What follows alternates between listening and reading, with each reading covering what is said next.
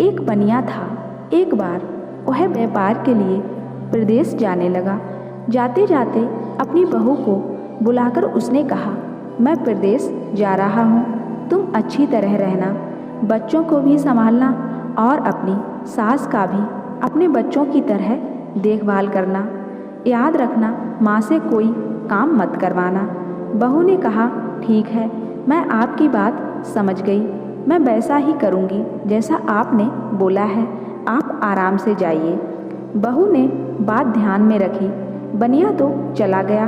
बहू ने दूसरे ही दिन माँ जी से कह दिया, माँ जी, आपके बेटे मुझसे कह के गए हैं कि माँ को अपने बच्चों की तरह संभालना और उनको कोई काम मत करने देना।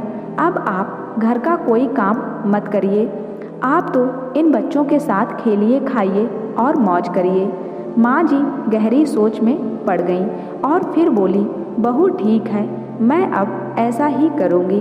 कुछ दिनों बाद बहू ने अपनी बेटी के कान छिदवाए। उस समय बहू को अपने पति की बात याद आ गई कि माँ को बच्चों की तरह ही संभालना है। इसीलिए बहू ने माँ जी के कान छिदवाने की बात सोची। उसने माँ जी से कहा, माँ जी चलिए, आपके कान छिदवाने हैं। यह सुनकर माँ जी घबरा उठी। उन्होंने बहू से कहा, बहू मुझे अपने कान नहीं छिदवाने हैं, क्या अब अपने इस बुढ़ापे में मैं कान छिदवाऊंगी? बहू बोली, जी नहीं माँ जी, आपको तो यह करना ही होगा। मैं नहीं चाहती कि आपका बेटा मुझे कुछ कहे, इसलिए आपको मैं अच्छी तरह से देखभाल करूंगी।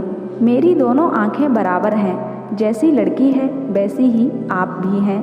माँ जी मन ही मन समझ गईं और सुनार के पास बैठकर उन्होंने अपने कान छिदवा लिए। सुनार ने कान छेदे और कान में धागा भी डाला। बहू जिस तरह रोज रोज लड़की के कान में तेल लगाती थी, उसी तरह माँ जी के कान में भी लगाती रही। थोड़े दिनों बाद बहू ने अपने बेटे के लिए बाली बनवाई तो उसे अपने पति की बात याद आई। फिर उसने माँ जी के लिए भी बाली बनवाई और कहा, आइए आपको यह बाली पहना देती हूँ। माँ जी ने कहा, बहू मुझको बाली क्यों पहनाती हो?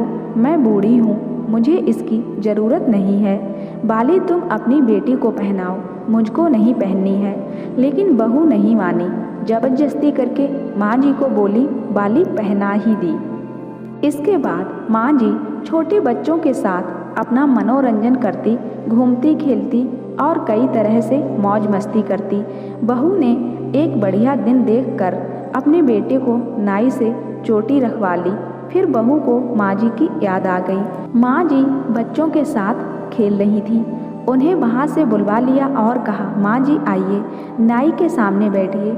अपने लड़के की तरह मुझे आपके सिर पर भी चोटी रखवानी है। जब गोविंद के चोटी रखवानी है तो आपके क्यों नहीं रखवाऊंगी, इसलिए आप जल्दी आइए। माँ जी ने बहू को बहुत समझाया पर बहू टस से मस नहीं हुई। आखिर माँ जी नाई के सामने बैठी और उन्होंने अपने सिर पर चोटी रखवाई। बहू ने गोविंद को माँ और जो बोला वही किया उनके साथ। बाद में बहू रोज माँ जी की चोटी में तेल डालती, चोटी गूंथती और सर पर ओढ़नी डालकर माँ जी को बच्चों के साथ खेलने के लिए भेजती। जब खाने का समय होता तो बहू उनको आवाज़ देकर बुलाती है। ऐसे ही रोज का हाल था। जब बेटा घर वापस आया तो सबसे पहले उसने बहू से माँ के बारे में पूछा कि माँ कैसी है और कहाँ है, मुझे उनसे आशीर्वाद लेना है। बहू ने बताया, माँ जी तो बच्चों के साथ खेल रही हैं, यहीं कहीं होंगी, आ जाएंगी। बेटे ने पूछा, क्या कहती हो? माँ गली में खेलने गई है, गली में तो बच्चे खेलते हैं, क्या बुद्धि, माँ कहीं खेलने जाती हैं?